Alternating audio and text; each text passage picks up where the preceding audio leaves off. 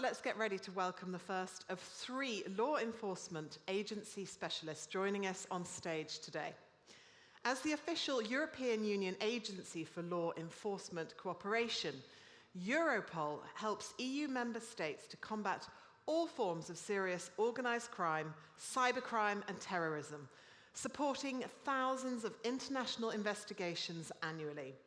This includes the agency's strong commitment to reducing cargo crime in Europe. Today, we are delighted to be joined by Jens Liedhegener, Senior Specialist and Head of the European Serious and Organised Crime Centre and Property Crime at Europol.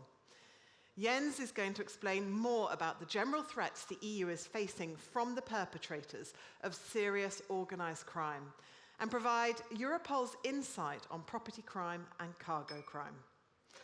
Jens been a police officer since 1991, mainly in criminal investigations linked to homicide and organised crime in the Munich police headquarters, and he's been working for Europol since 2020. But before I invite Jens on stage, let's take a quick look at the vital role that Europol plays.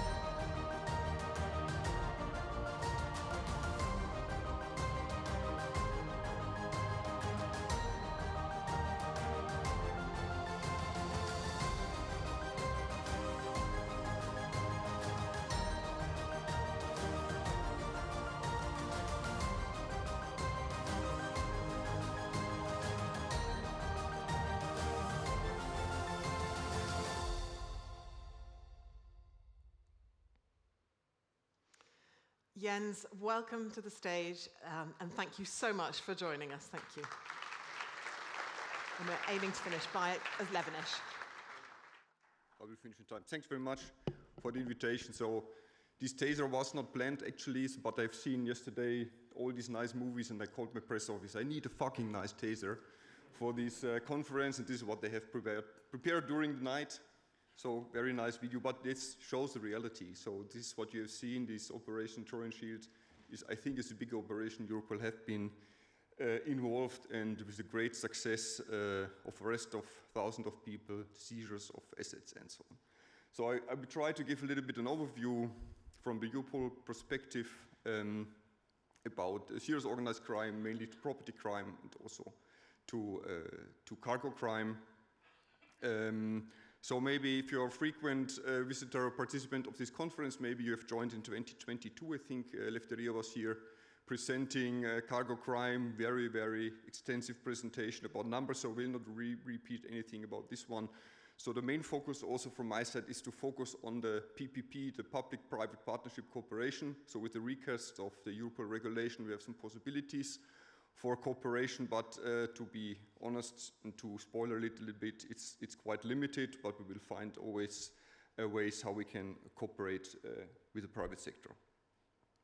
So how do we scan the serious organized crime situation in Europe? So all 4 years, Europol is publishing the SOCTA, it's the flagship product, Serious Organized Crime Threat Assessment. So it's based on information available at Europol, but also questionnaires to the member states, open source intelligence, and so on. And based on this, all combined, our strategic analysts draft this Serious Organized Threat Assessment, which is also a paper for decision makers. So this is also a reason why it's very crucial to exchange information with Europol, because if you do not exchange information with Europol, so this is more the message to the law enforcement, it's not visible, yeah? And then how should decision makers move in the right direction?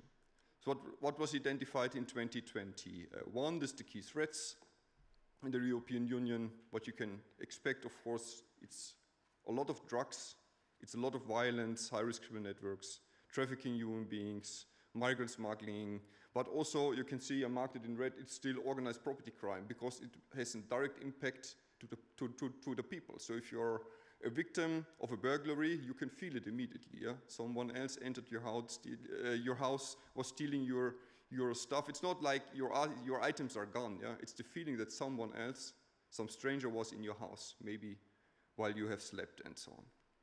Okay, what is quite relevant to know, at Europol, we focus not on individual persons, so we would like to focus on criminal networks. It's our aim to dismantle, or to, not us, it's the member states, of course, who dismantle criminal networks. And it's crucial to know that 25% of the existing networks, they exist longer than 10 years. And this is a clear sign that the police is not investigating the crime to the end. So, especially for property crime, anyone is keen to catch the thief. It's the guy on the spot who is stealing the items, but who is fencing the stuff, who gives the orders, who is laundering the money later on. This is not really investigated. So this is the reason why the networks are still active for such a long time period. And then based on nationalities, you can see it's 100 nationalities involved. And what is also relevant is 65% of the networks is composed on different nationalities. It's not longer that country A stick together. No, they help each other. Yeah, they have different knowledge in.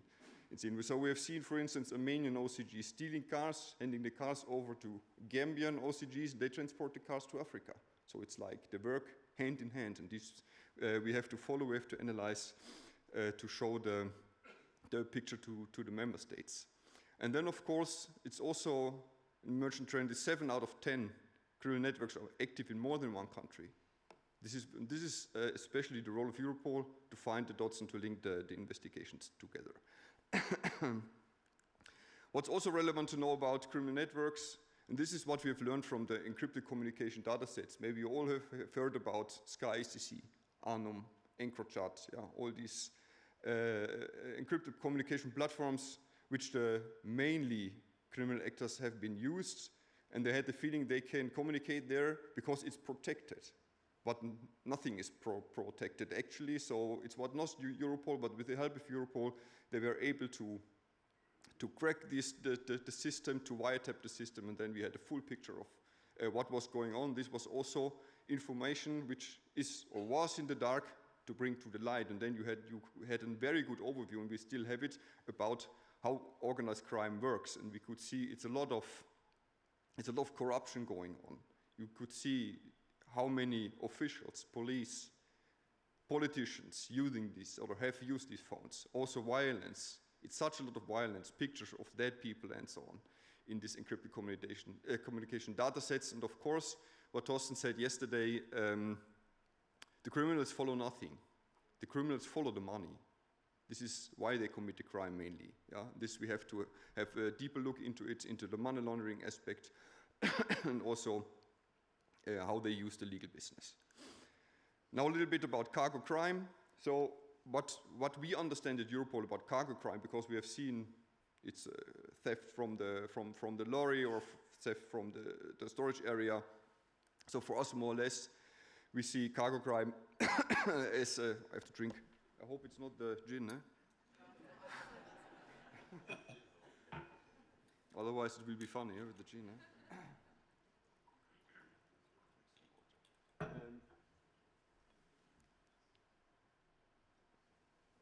So it's all about thefts. I will just click through it, yeah? So maybe you know theft, cutting, tarpaulin, server rollover, hijacking, monitor logistic platforms, impersonation of police, so to stop the car, fake accident method. So it's all kind of modus operandi we have seen during the years with, from warehouses and inside jobs. So I will not read everything, otherwise we will run out of time. But we have the thefts, and on the other hand, we have the fraud situation. So that means subcontract companies, they use subcontract companies, they use misused companies, and also vanished companies. What we have seen, I think it was 2022 or 23, reported by the Czech police, very, very common modus operandi in the east of Europe, that they buy they buy bankrupt companies, and then they use the access to transport tool, and then they pick up all the cargo. So it was a big issue, and I think it's still a big issue in the European Union. A little bit about statistics that you can understand which crime fields we are looking in property crime. So this, but to explain this, you have to understand, it's not like we receive on a daily basis information from the member states. What is the situation in cargo crime? We only receive information if they use our channel. The name is Siena. I will explain later on a little bit. And if they have an investigation, an international investigation. So if there is some cargo stolen, it's not mandatory and also not common that they send an information to Europol about this. Yeah? So this will remain in the member states. So this will explain a little bit the numbers. And what you can see is, let's say 50% of all incoming messages to Europol is about burglaries, so it's domestic or commercial burglaries, or motor vehicle crime. This is really 50% of the cake, and then you can see it's theft, it's robberies, and then you can see very, very small red cargo crime, yeah? It's 2.78% incoming messages to Europol, and this is quite low. Yeah, so it does not, because we had this, Torsten mentioned yesterday, the CPOL training for law enforcement, and I presented my numbers, and then Torsten presented the numbers. And then you can see the difference. Yeah? It's a lot of incidences, and there is really, really no number of reported cases to Europol. I can explain why it is, because there is no priority on this topic.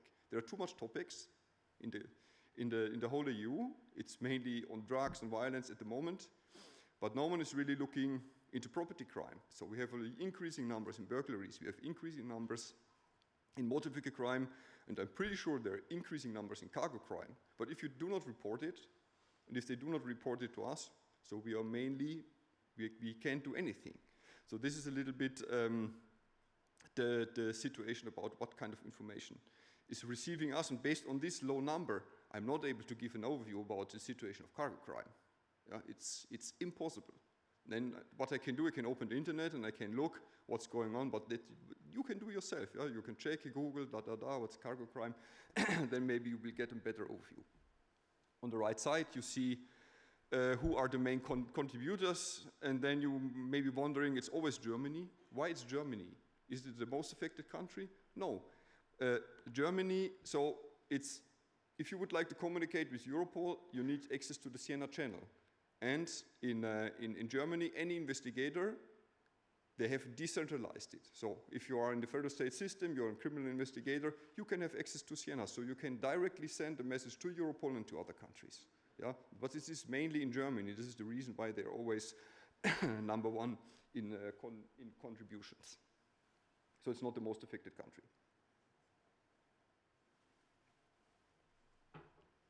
All right, what is next?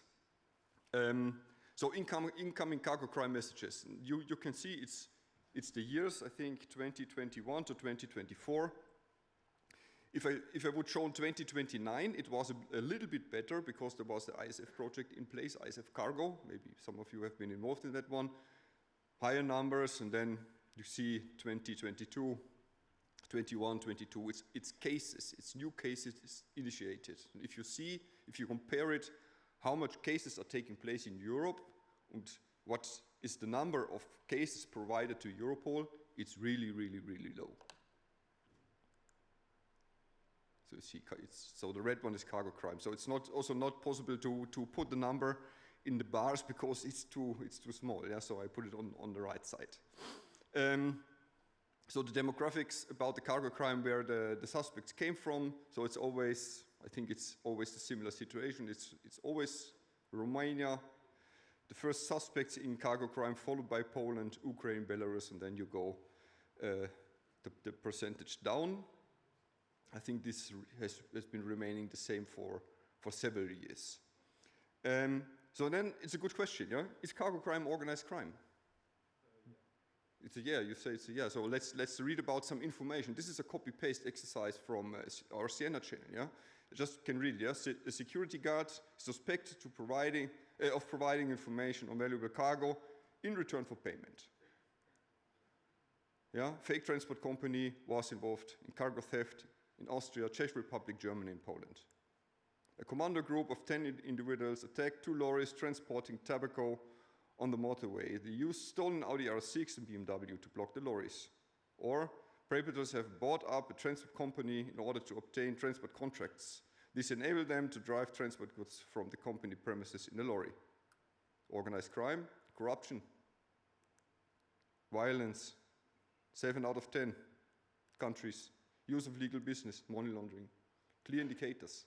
It's not like people, yeah, came by accident to a parking slot, see a lorry of Amazon cutting off the tarpaulin, yeah. It's organized crime. It's people very well organized. Sorry about this. Maybe we should try the gin, eh?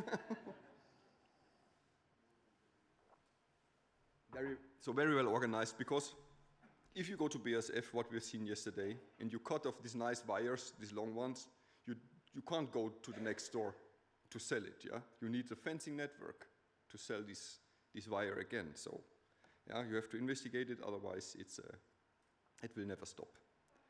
So what is the answer of Europol? So organization. So first of all, very important, what is our mission, what is our mandate? So this is very easy explained.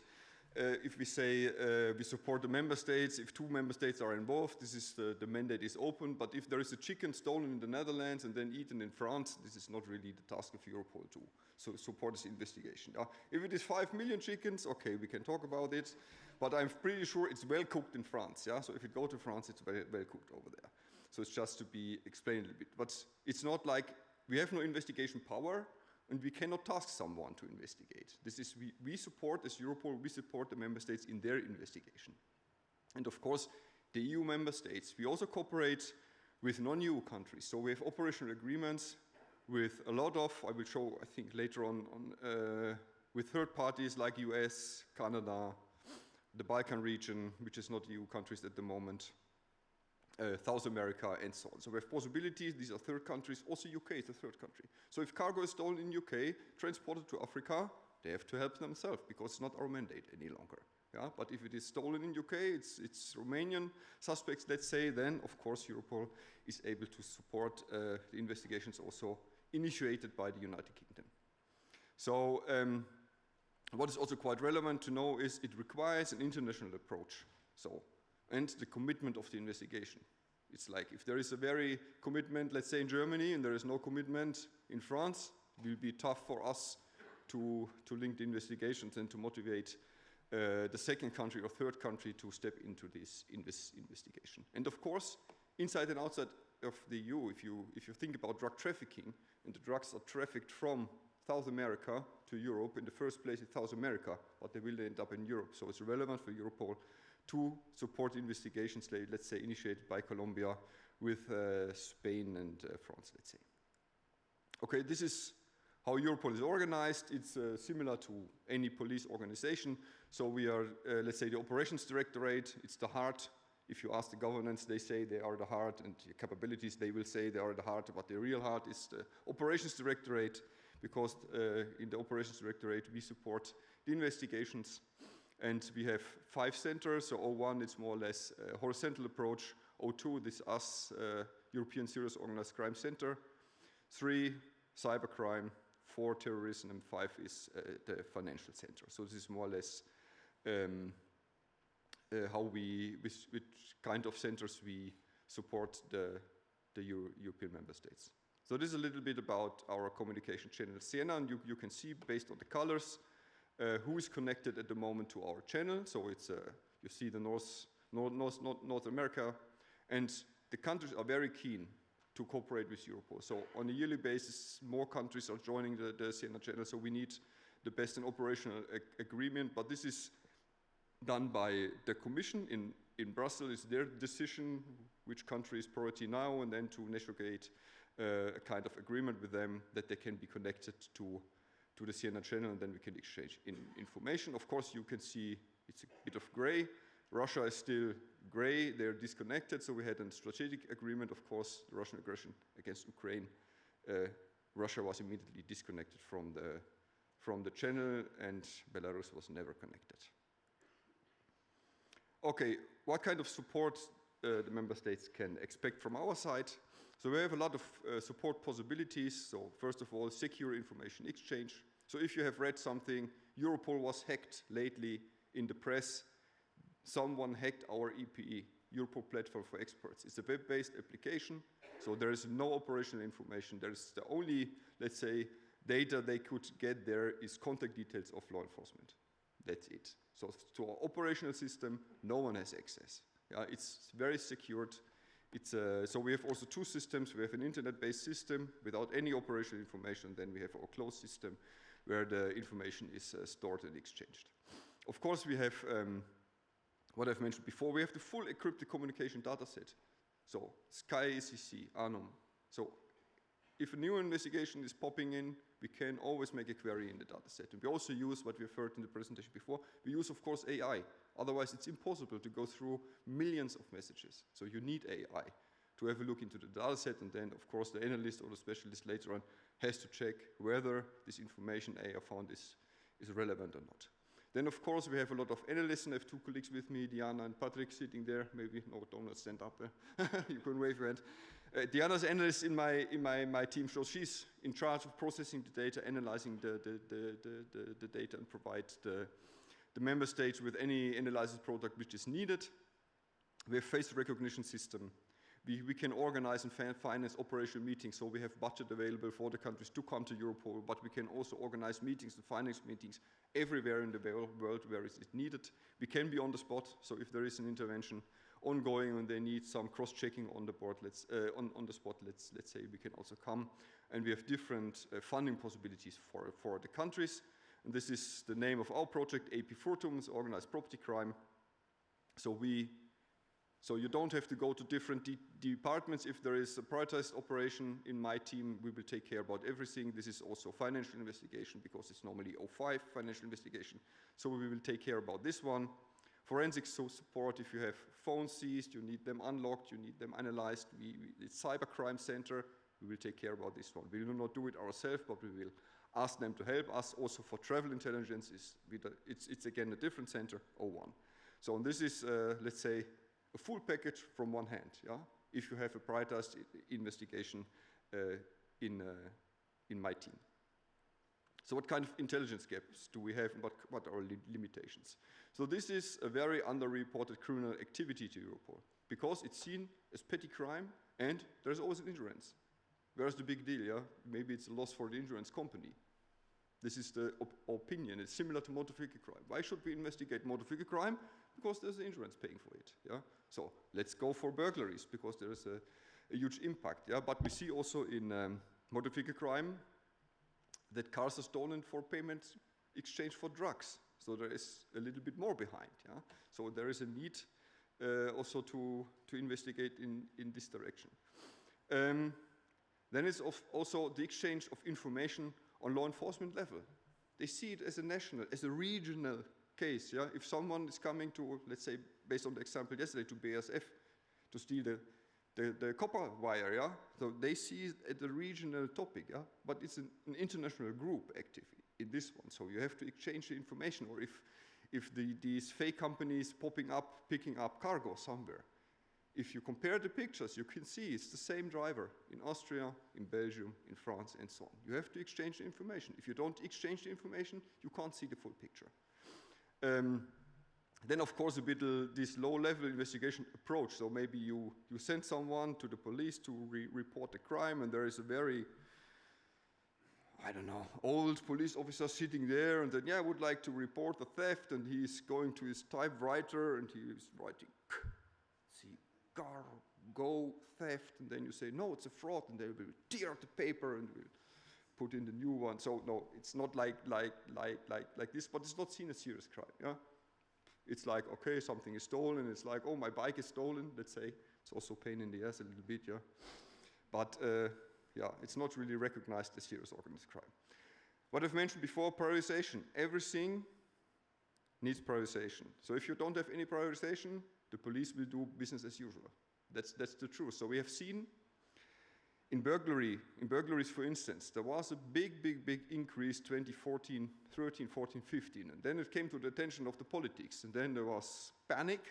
We have to do something. And then they put a lot of staff and effort and strategies into this topic. And that immediately after 1 year, we could decrease the numbers because there were prevention concepts, these and that, blah, blah, blah, blah. Yeah? So you can have an effect if you prioritize the topic. How can you prioritize this topic? So maybe we'll discuss this later on. But is the same as what we've heard yesterday. I was a bit surprised about this TIS tool because law enforcement is using this really frequently. And then I heard, because Thorsten was laughing about my numbers, yeah, this 3%. But if I expected yesterday, who's the main provider to the TIS tool? And then I realized law enforcement, 70%. Come on. Huh? It's your task to fill this bloody tool, really. Because if the commission has access, they will have a look. If there is no data, nothing will happen. If you report any incident to the police, report it to the tool, and then we can see the picture. And then the police can see, oh, it's growing, it's getting red, yeah, tack, tack, tack, tack. And then the police maybe will act based on this. This is so, that simple that it is, yeah.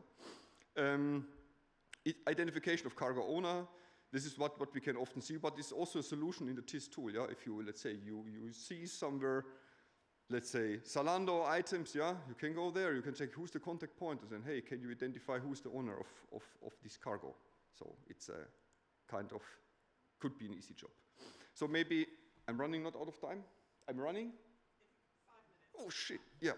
The most important part, private partnership cooperation. So I mentioned before, I will speak faster now. We had the recast. It was a big need for also from our end. It's very relevant to cooperate with the private sector. So we have heard yesterday this example, the police was not allowed to give the license plate, come on. Eh? So we have to inform, so not to jeopardize. So I can understand if you work in the port police, we know in the Netherlands, in Rotterdam, the Hague team and so on, they're not very keen to share the information with the Haber staff because there's corruption ongoing, yeah? Because you will never find your container if not someone is paid in the Haber. This is the reality. So they're not keen to share it, otherwise you jeopardize maybe the whole operation. However, there are possibilities in which we have to exchange the information. I can also give an example on this one. So we have the possibility exchange of personal data with private party. I missed this one. Then we have, this is in our regulation, we have 26A, 26.6b, you can read yourself. It's only an online crisis situation or online child sexual abuse material. So for us, let's say it's only Article 26. So we have to divide in operational information. If you would like to exchange with Europol operational information, it has to come through a national unit. So any country in the EU, you can provide them the information. They don't have to, but they can send it to us. And then we can have, we can cross-check the information, and then we can give an answer to the country. But what's also possible, non-operational information, we can exchange that in a direct way. So if you have situation reports in the light of Europol mandate, several countries involved, bigger picture, we are happy to receive it. So it's like, if you are a big company, no? And you have your own analysis team, and you're analyzing the situation. So because we can see it very often with insurance companies, they have a very good analysis ongoing, and they can say, look, these are the suspects, we know this is the network over here, we know the addresses, who gives the order, bam, bam, bam, bam, bam. It's information we don't know. We can discuss it, and then we can receive the information, and if we can see, okay, there's really something big going on, we can send from Europol side to the member states. Look, this is what we have received from company, I don't know, ABC. Is there someone keen to investigate? And our contact points in the countries is the organized crime. It's not the uniform police. Yeah, it's the organized crime sections. And then maybe someone said, okay, based on this picture, what I can see, we have to do something. Okay, then we'll invite them to the meeting. And what we also do is we invite the private sector to the meeting. So we had a very good, can I mention the name? Yes, maybe John Deere. We have a very good cooperation with John Deere because we can see increasing theft of GPS modules, especially John Deere, 70–80% of John Deere, because they steal it here and they sell it on the US market. Yeah? So I was in contact with John Deere, the head of sales security over there, to understand why they steal the devices. What can John Deere do to avoid this theft? Can they do anything? And then we invite them to the meeting to speak with the investigators, what they can do, what the investigators can do, what kind of information is needed by John Deere, what kind of information can be provided by John Deere. It was really it's still ongoing, it's really fruitful cooperation. So this is like, if you receive your information, is to enhance the intelligence picture, yeah? To show what is really going on. We can also send out early warning notification. If someone is really targeting, let's speak about Zalando again. They target all the time Zalando lorries, yeah? So we can see it in France and Belgium. Maybe we can link the dots, yeah? So then we can send out an early warning notification from Europol side. Europol logo on it, Zalando logo, I don't care. Send it out to the countries. You have to take action. There is something going on, yeah? And then, in the best case scenario, it should always lead to initiate investigations. This is because we are an operations directorate, we are not there to help. We can help with the prevention, but we are looking into investigations. So what's the way forward?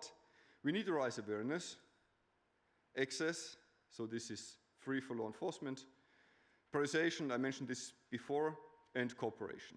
So awareness is done. Last week, Thorsten and I organized this CPOL training. Thorsten presented, I don't know, in 30 minutes about the TIS tool. There is a lot of access, a big appetite of the law enforcement to have access to this tool. Oops, too early, sorry. And then impact. So impact is on EU level, Commission level, and so on. So very strategic, but also operational one. And if we see there is an interest in the country, there's a big appetite in the country to go for more cargo crime investigation, we can also push it on the EU level in this impact priority. Yeah? So we have already discussed this with the impact driver, and also to continue the private and the public sector cooperation, that we are more effective together. Because we have some information, you have some information. If we bring them together, we're more effective than before. That's it. I will be here for the whole day. So if you have any questions to me, you can send me an email. I think it was in the beginning of the presentation. Or you can contact me anytime. Jens, yes. Thank you so much. Do you just stay here for one? I just want to ask you one quick, Jens. If you stay here, Jens, because you need a microphone. There we go. Just before you leave, and thank you very much for that excellent presentation, just one quick question. I wanted to ask, what is the value for Europol of attending industry events like TAPA EMEA's annual conference? Yeah, it's very good, because this is also the reason why my two colleagues are here. Yeah, we have to see really what is going on, because if I see the information provided from the member states in CNR, I can see there is nothing to do for us in cargo crime. But if we are in the event, it's not about the food. The food is really good. Yeah, we really enjoyed a lot. And what is also is really to see really what is going on, what are the problems, what are you doing, and this is really then we are really more motivated also to go in this direction and to push it forward on EU level. Jens, thank you so much. And as you said, you'll be around and I know you'll be happy to chat with people. Thank you.